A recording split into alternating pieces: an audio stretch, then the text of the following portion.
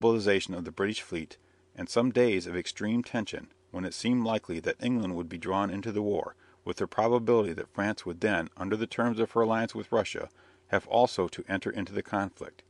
An agreement was arranged under which there was to be an international inquiry into the Dogger Bank incident, and Russia promised to make full reparation.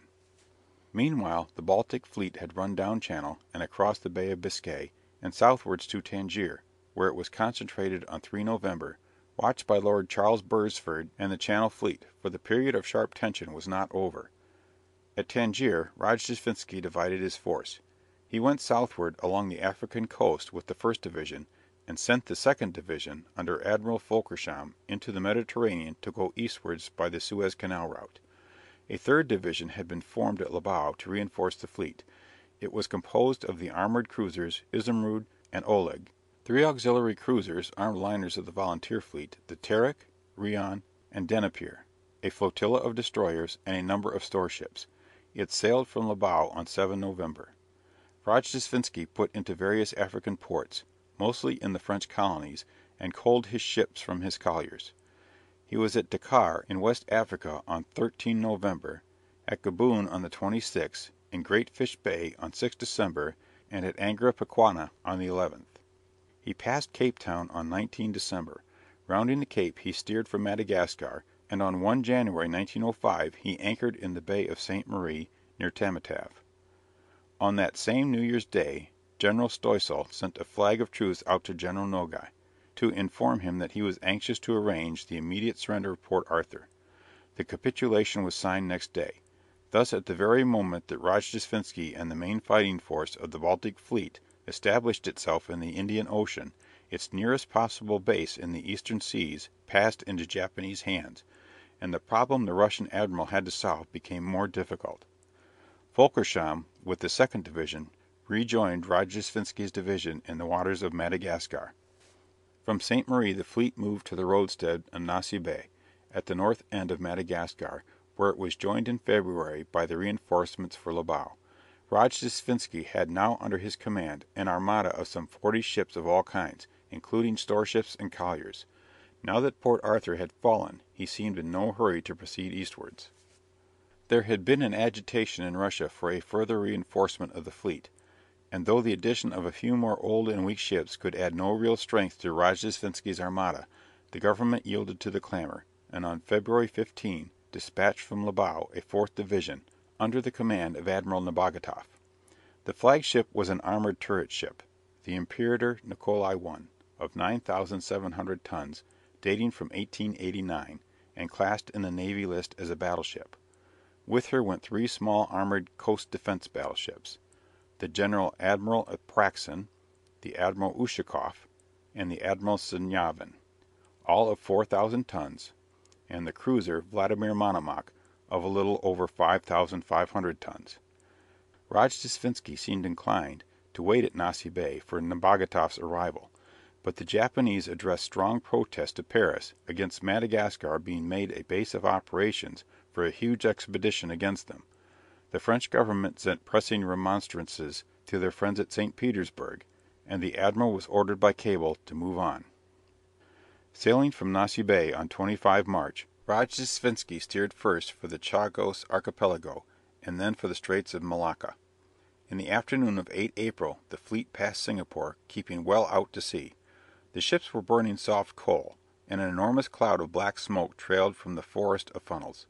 Steamers ran out from the port to see the splendid sight of the great crowd of ships moving 4 abreast into the China Sea.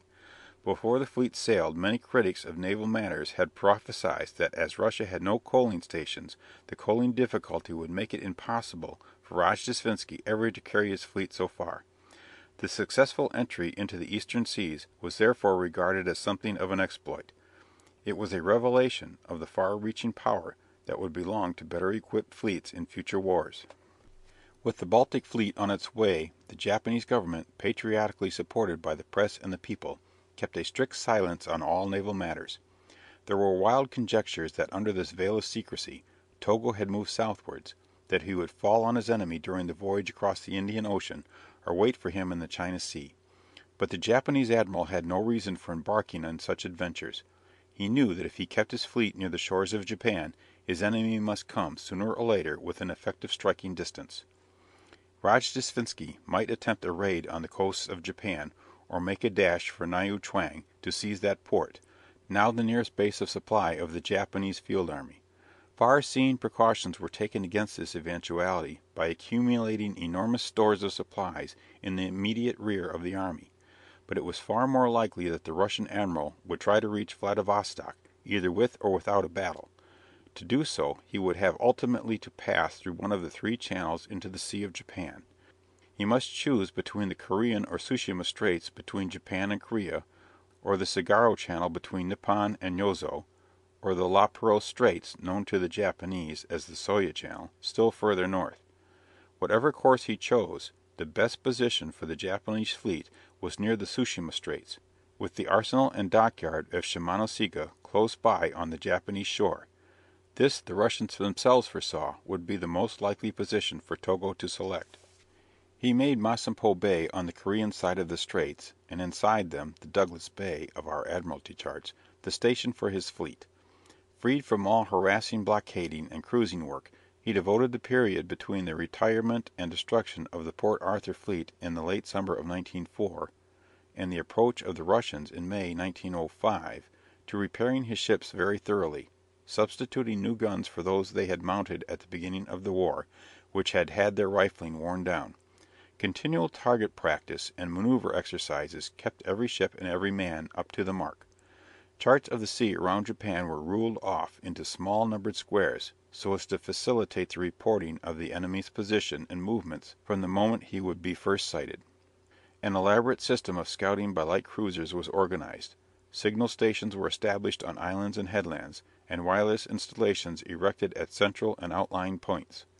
If Rojdestvensky made for the Tsu-shima channels, Togo was there to meet him. If he went for either of the northern straits, the Japanese admiral counted on having news of his movements in sufficient time to enable him to steam at full speed by a shorter route, and still interpose between the Baltic Armada and Vladivostok. After passing Singapore on 25 March, there was another delay before the final advance of the Russian fleet. Rojdestvensky was anxious to give time to Nebogatoff to join him. This last reinforcement was coming by the Mediterranean route. The Russian commander-in-chief again strained French neutrality to the utmost. In April and May he passed week after week in the ports of French Cochin China, first at Kamran, and then at Van Fong or Honkohe. Here, early in May, he was at last joined by Nebogatoff's squadron. Again Japan protested the use of French harbours by her enemy.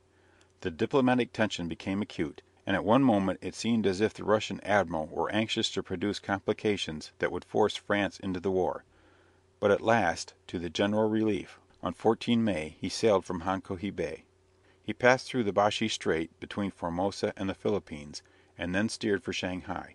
Here, on 25 May, the fighting portion of the fleet lay out at sea, while a crowd of auxiliary steamers, colliers, storeships, and armed merchantmen were sent into the Wusung River, the mouth of the Yangtze, and anchored there.